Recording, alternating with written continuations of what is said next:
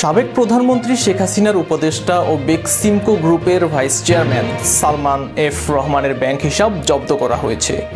একই সঙ্গে তার ছেলে আহমেদ শয়ান ফজলুর রহমান ও পুত্রবধূ সজরে রহমানের ব্যাংক হিসাবও জব্দ করা হয়েছে। কেন্দ্রীয় ব্যাংকের আর্থিক গোয়েন্দা বিভাগ বাংলাদেশ ফিনান্সিয়াল ইন্টেলিজেন্স ইউনিট আজ বুধবার ব্যাংক হিসাব জব্দের এর নির্দেশনা বিভিন্ন ব্যাংক ও আর্থিক প্রতিষ্ঠানের কাছে পাঠিয়েছে। বিএফআইইউর চিঠিতে বলা হয়েছে, উল্লেখিত ব্যক্তি এবং তাদের মালিকানাধীন প্রতিষ্ঠানের নামে কোনো ব্যাংক হিসাব পরিচালিত হয়ে থাকলে সেসব হিসাবের লেনদেন মানি লন্ডারিং প্রতিরোধের আওতায় 30 দিনের জন্য স্থগিত রাখা এবং তাদের নামে কোনো লকার থাকলে তার ব্যবহার 30 দিনের জন্য বন্ধের নির্দেশনা দেওয়া হলো।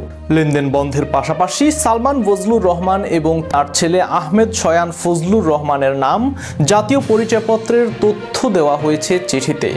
সেখানে বলা হয়েছে, কোনো হিসাব স্থগিত করা হলে হিসাব সংশ্লিষ্ট তথ্য বা দলিল চিঠি দেওয়ার তারিখ থেকে 5 কার্যদিবসের মধ্যে বিএফআইইউর কাছে পাঠানোর জন্য ব্যাংক ও আর্থিক প্রতিষ্ঠানগুলোকে বলা হয়েছে। প্রধানমন্ত্রীর উপদেষ্টা হিসেবে সালমান ফজলুর রহমান ছিলেন আর্থিক খাতের প্রতাপশালী ব্যক্তি। গত 15 বছরে ব্যাংক ও শেয়ার বাজারে প্রভাব খাটিয়ে নানা সুবিধা নেওয়ার পাশাপাশি সে সময়ে পররাষ্ট্রনীতিতেও ভূমিকা রাখেন তিনি। 5 আগস্ট আওয়ামী লীগ সরকারের পতনের পর আটক হন তিনি।